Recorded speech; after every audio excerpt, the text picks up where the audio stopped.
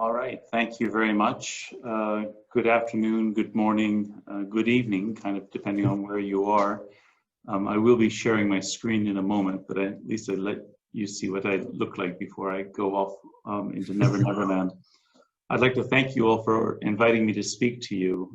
As I said, this is actually a fascinating, passionate topic, so it's actually not hard to get me to talk about it.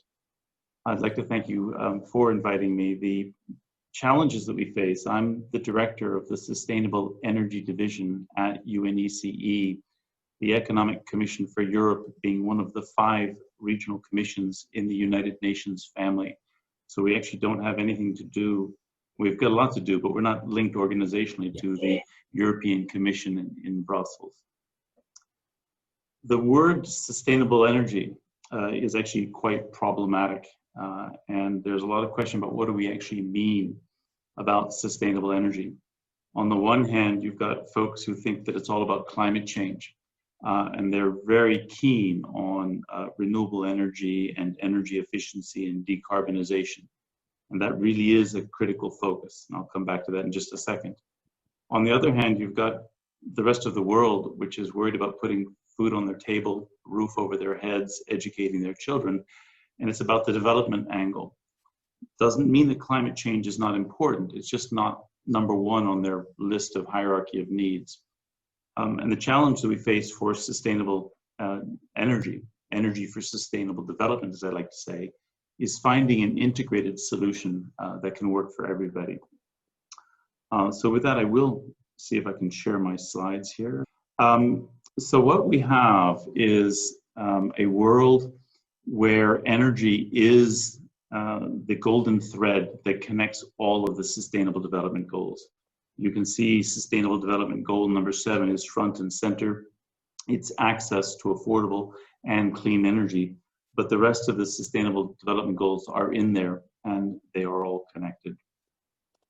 The issue of climate change is there front and center. It's not a doomsday prophecy made by some wackos. It really is a reality. And the work that we've done here at ECE shows that a lot of work has to happen if we want to get to 2 degrees. But right now we're on the pathway to between 4 and 6 degrees. So it is 10 past midnight on the doomsday clock of climate change. And this graphic, apparently it's cut off a little bit, but you got these 2 little scientists saying, I'll be happy when this is over. They're looking at the coronavirus pandemic, which is the little purple blob on the left-hand side. You've got this tsunami of the climate change challenge coming down the pathway. Now, that's not the only issue that we face.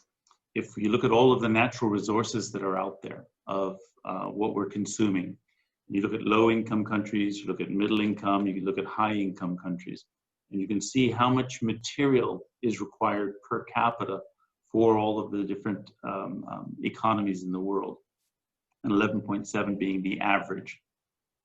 If you imagine a world of 9 billion people and you have everybody consuming at that high income level, you're suddenly going to need 7 planet Earths to provide all of the resources.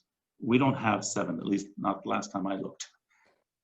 So let me get into my main remarks. And I've structured my remarks as a sonnet, if you will. There are 3 stanzas, each one with 4 lines. And the reason I like the word sonnet is it goes along with the French word sonnet, and sonnet being an alarm. So you've got a poem and an alarm at the same time. The first graphic there is when you come to a fork in the road, take it. And the idea here is a fork in the road is also when a road splits in 2 directions. And we like to think that we've got choices or options in what we're going to do. Let's do energy efficiency. Let's do renewables, and we can just walk away from carbon. 80% of today's energy mix is fossil-based. Even under a 2 degree scenario where we do meet 2 degrees, we're still going to have 50% of the energy mix being fossil. We'll try as we might, if you look at the economics of it, that's what makes sense. So when we say look at the fork in the road, I am actually looking at a fork. And I'm thinking about these options. carbon capture and storage, high efficiency fossil, renewables, energy efficiency, nuclear. They're all part of the energy mix that we need if we're going to get to our destination. That's critically important, and you can't simply say, well, we're to do without them. The lights won't stay on, and that's a critical issue. The second graphic there, this theme of this whole slide, by the way, is pathways. So I'm looking at 4 different kinds of pathways. That second graphic, the footprint in the sand, is a journey of 1,000 miles, begins with a single step. The point here is that we can't wait for the United Nations to negotiate and agree to some fabulous overarching agreement and get some conclusion and get countries to act, because that will take forever. What's very necessary, and what I'm finding most effective with the work that we're doing here, is engaging with local community players, engaging with cities, engaging with companies, and get the actors to actually start acting. Don't wait, get on with it. The third graphic down on the bottom left is all roads lead to Rome. Well, Rome in this case is the 2030 Agenda for Sustainable Development. Rome is the Paris Climate Agreement. And the idea of all roads leading to Rome is every country has got its own legacy of natural resources, its cultural, regulatory, what it's inherited from those who came before. The whole heritage issue is quite important. There's not one pathway that applies to every country on the planet. They're going to choose their own way. Now, there are some key elements that are common to those different pathways. I like to say that we the people should be able to expect that governments are acting in our interests. They're trying to improve our quality of life. That's not always true, but it should be. We the people should expect that governments are going to behave rationally economically, rationally socially, and rationally environmentally. Again, that's not always true, but it really should be.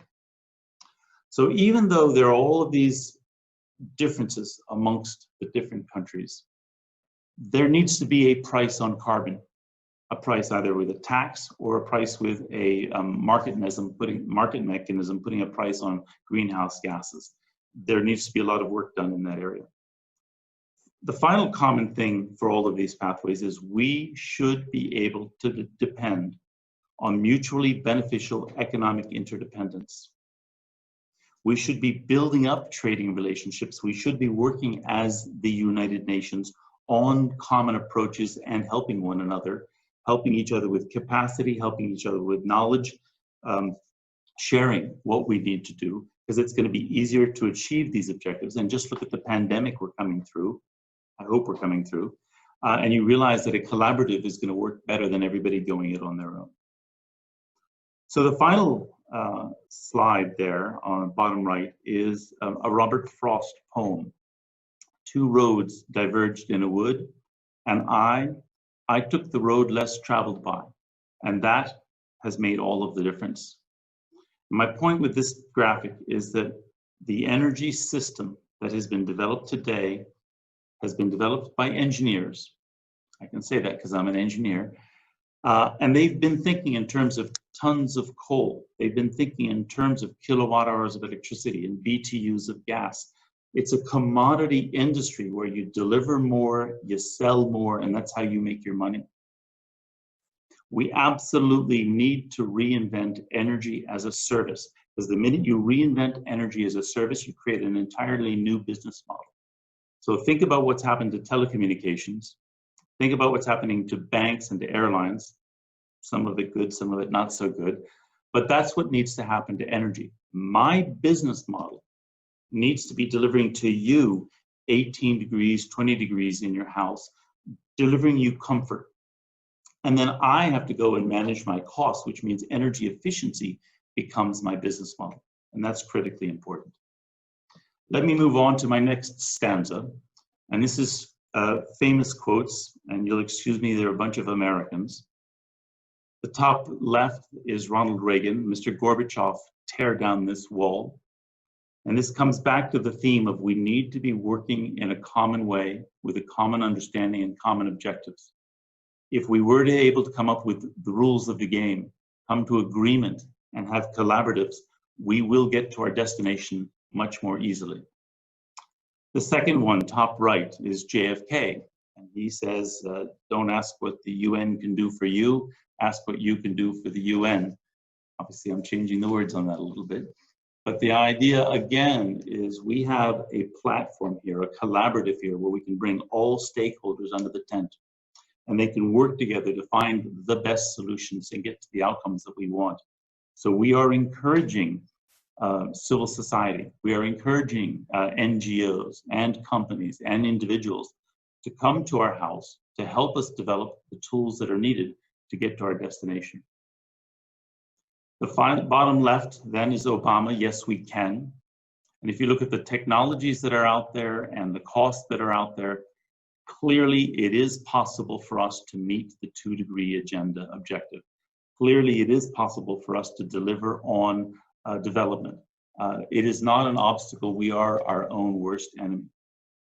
And the final one seems to stand out. You might not recognize him. That's actually Gordon Gekko. Who's Gordon Gekko? He's the main character in the movie Wall Street. And the theme of his speech, which he's giving here, is greed is good, which offends most people. The point is that if we want everybody to be working towards a common set of goals, we've got to find formula that allow them to be working in their own self-interest. And if we can get alignment between what people are wanting to do for themselves, and cities are wanting to do for themselves, and nations are wanting to do for themselves, and what the world needs as a whole, the minute we get that alignment, the outcomes become much simpler to achieve. And that's a very important message. We haven't gotten that one right yet. Let me go to my final stanza. These are 4 different locuses of actions, loci of actions. The first one is about resilience. And you can see with COVID-19 and the individual investments, we're consuming a lot of people's energy and capacity on an individual basis, trying to find their own solutions and their own problems. Wouldn't it be a lot simpler if there was a national or an international testing system that was rational, that was communicated, and we'd be able to achieve our objectives much more easily? What applies to the COVID-19 pandemic applies pretty much in every other domain. So individual as a locus of where things happen. But then you go to the top right and you realize for all of these years, since the dawn of time, we have been industry centric. We're thinking about quarterly results. We're thinking about delivering financial returns. That's why I've used stock prices as the example. That leads to extraordinary degree of short-termism. And it's a very narrow focus, and it doesn't pay attention to longer-term consequences. Come down to the bottom left, and you have basically the anthropocentric perspectives of the 2030 agenda. I happen to endorse the 2030 agenda. I think it's extremely important, but it is focused on human needs and human requirements. That brings me to that final one, which is the sick earth. And I would call that Gaia-centric. We are in the process of ruining the planet that we're living on. We're getting it wrong for ourselves. 4 to 6 degrees is a species-threatening level of temperature change. And we are moving towards tipping points, hence the word sonnet, sound the alarm. We are way late in acting on this, and we actually are caretakers of a system that's much bigger than ourselves, and we need to be, if you will, humble servants of the planet. So I'm going to point to 2 things that, to my view, are extremely important. The first one is high-performance buildings. And if we could do high-performance buildings correctly, near term, they would be part of the Green Recovery Program, putting money into the hands of electricians and plumbers and architects and contractors. If we can get the building designed right, put the right systems in place, have energy delivered from low carbon or no carbon energy sources, connect into transport systems, we're talking about quality of life at global scale. 40% of CO2 emissions come from the energy services that buildings require. And this is where people spend most of their lives. If we can do buildings right, we could actually make a lot of progress towards our agenda. The second one is related to methane, and people argue about methane and methane emissions. The natural gas industry wants to expand enormously as part of the solution, but if you're losing methane to the atmosphere, it is 120 times on an instantaneous basis more warming potential than CO2, and it is a major and growing problem. So between those two items, greenhouse gases and buildings, I think we can make a lot of progress very quickly. Finally, we want to achieve this deep transformation of the energy system, which is bringing in distributed energy sources, low carbon energy sources, all of the above solution. We can get there. And I think that's my basic conclusion from my comments that I'm making. The United Nations is a candle in the window. We serve as a gathering place where we bring people together to talk. We set aspirations out there, and we set the stage for strong collaboration. And those are absolutely critical services provided by the United Nations. But in the end, I want to come back to Obama. Yes, we can. We have the technology, we have the skills, we have the know-how. Yes, we have to, because the alternative is unacceptable. We have to because 4 to 6 degrees doesn't work, and we have to because of social equality across the planet. And yes, we will. So I'll stop there. Thank you very much. And if there are questions, I'd be delighted to field them. If I can figure out how to stop sharing my screen, that'd be the first thing. There we go. Thank you very much, Scott, for your exciting and engaging speech. We thank you for taking the time for this event in your capacity as the director of the Sustainable Energy Division of the UNECE, to correct myself from the previous statement. We already told you in the chat, but just so you know again, if you want to direct a question towards Scott, just raise your hand in the chat and Ideal will take care that you can also direct your question then to Scott. Okay. Thank you very much, Tim. We've got 3 actually of participants who want to ask the question. The first one will go to Mr. Caleb Owusu. Mr. Caleb, are you there? Yes, I'm here. How are you doing? Fine, fine. The time is yours, please. Thank you. So we briefly talked about the sustainable development technology. I wanted to talk about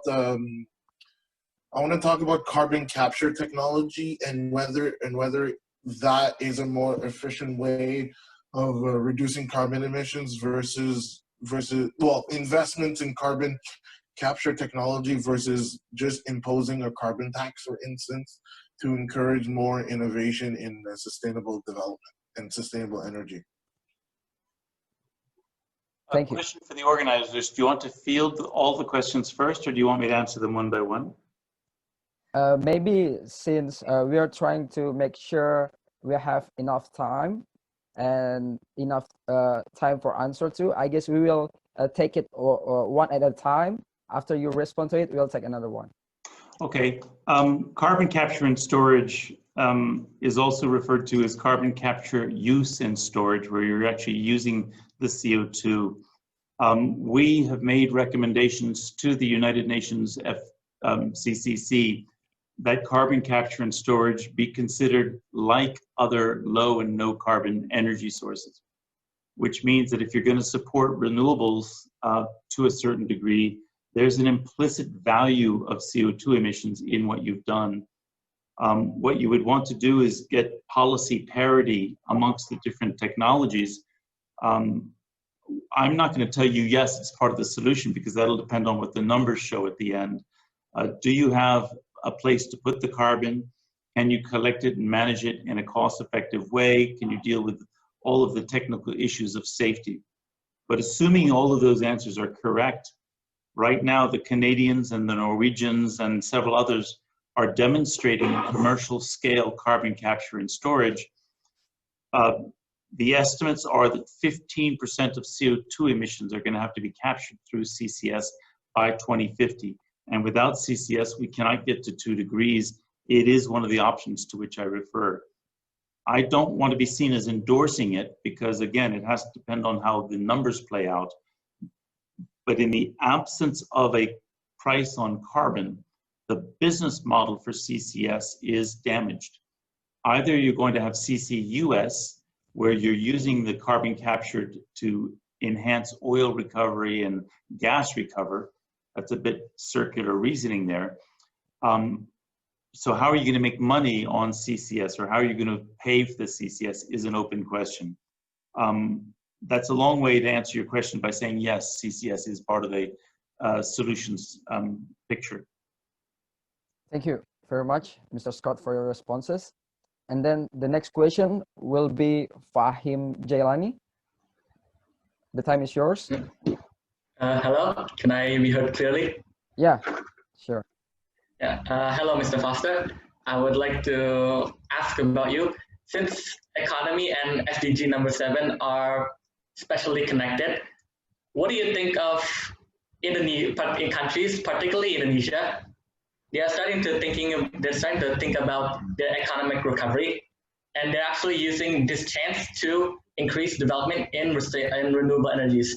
Do you think this is the government's way of taking the chance to start the massive development of renewable energies, or do you think this is they're just in it for the economy way? Thank you. Okay, thank you very much. My own view, and I'll say this is the ECE view, the unfortunate pandemic that we are still living through, it's not finished, and nor the economic repercussions finished. It clearly is an opportunity for a pivot to a different pathway. And the pathway we were on until February or March clearly was heading towards this 4 to 6 degrees that I've mentioned.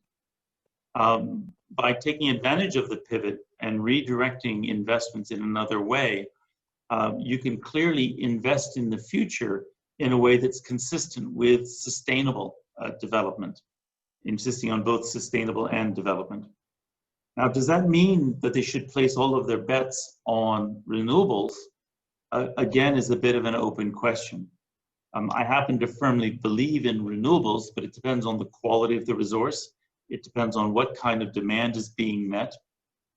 The idea of doing buildings right and at the core of the future energy system has got to be energy efficiency and energy productivity. And then don't just sponsor renewables with feed-in tariffs or with green auctions. Put in place the right framework conditions, access to customers and access to networks that allow renewables to compete in a fair way. My concern for the renewables industry is that we pump it up so much that we create an industry that can't survive without being pumped up. And the world needs an enduring solution. Renewables are part of that, but they have to be developed on a sound basis. Okay, thank you very much, Mr. Foster, for your responses. The next question will be from Emily Carrillo-Reynel. The time is yours. Okay, brilliant. Can you hear me? Yeah, sure, clearly. Okay. So I'm a student in the UK, and I had a question because I've been working for this NGO over the last few months. And it was about what you said at the beginning of your speech. It's a lot less technical. It's more about the feasibility of a citizen initiative. Because what we've been doing in this NGO was working with the reintroduction of biodiversity, and it's a different topic. But the thing is, all the initiatives that we were trying to put in place were being curtailed by government measures and opposing lobbies, which meant that what I'm trying to say is that citizen initiatives are very hard to follow through because we're being boycotted by administration and opposing firms, which makes it very difficult for bottom-up strategies to work. And yeah, I just wanted to bring that topic up as a challenge.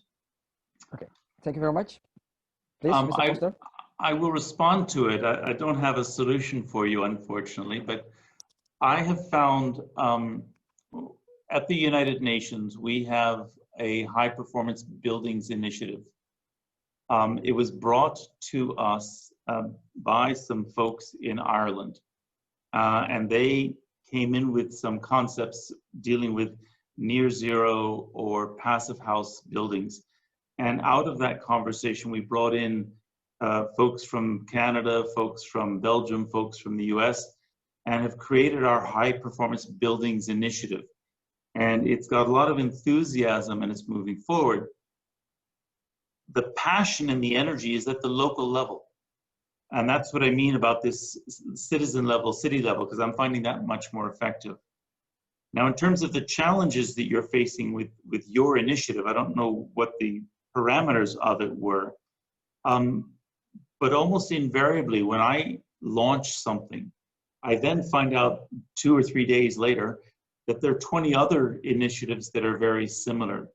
So part of the challenge is a bit of an investigation process, finding out what other similar initiatives there might be, collecting and coordinating with them.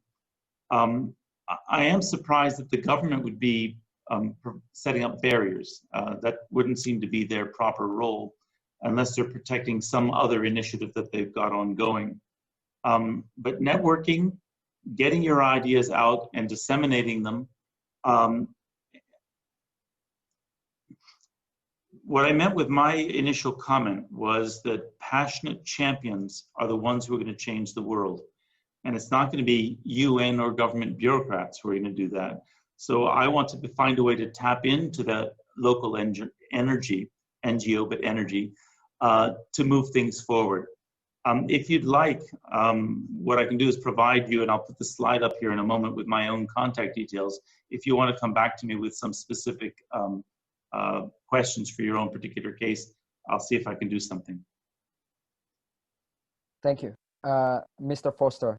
And then since we have like 2 or 3 minutes left, I guess we will take the last question here.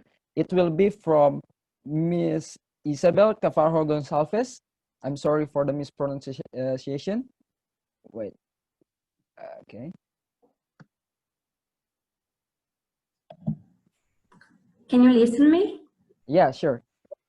Okay, Mr. Scott, I just want to know what you think about storage technology like green hydrogen and this kind of technologies. Thank you. Thank you. Mr. Foster. I shared my screen with the contact details. I'll stop that now, but I hope you've got it. We are looking a lot into the hydrogen question. I know your question was more generic than that, but I'm going to specifically look at hydrogen. And you can get hydrogen from a number of sources. And you talk about green hydrogen and brown hydrogen, yellow hydrogen. Is it coming from oil and gas? Is it coming from nuclear? Is it coming from renewables? But hydrogen as a vector, a way of transmitting or transporting energy, also as a storage medium, is very important. Also, at its point of use, it tends to be very clean. So getting hydrogen and the future hydrogen economy is a very strong area of emphasis for countries and for the UN. We're looking at it very closely.